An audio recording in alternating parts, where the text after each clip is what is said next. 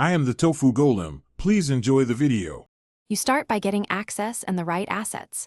Sign into Google, confirm Gemini image editing is available, and choose 2 photos with similar lighting and angles.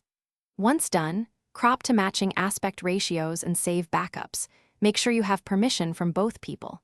You should also decide the style or mood and note target resolution. These early choices determine how well Gemini blends faces and backgrounds, so prepare clean, neutral backgrounds and consistent headshots to minimize post-process fixes. Now you upload both images into Gemini and organize files so references are obvious.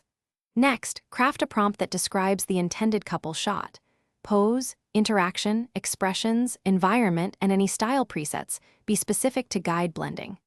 Once uploaded, use Gemini's mask or brush to isolate faces and key edges, reduce background influence, and set blend strength.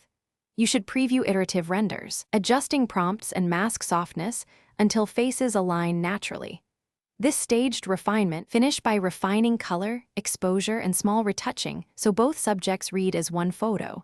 Use dodge/burn or color balance to unify skin tones.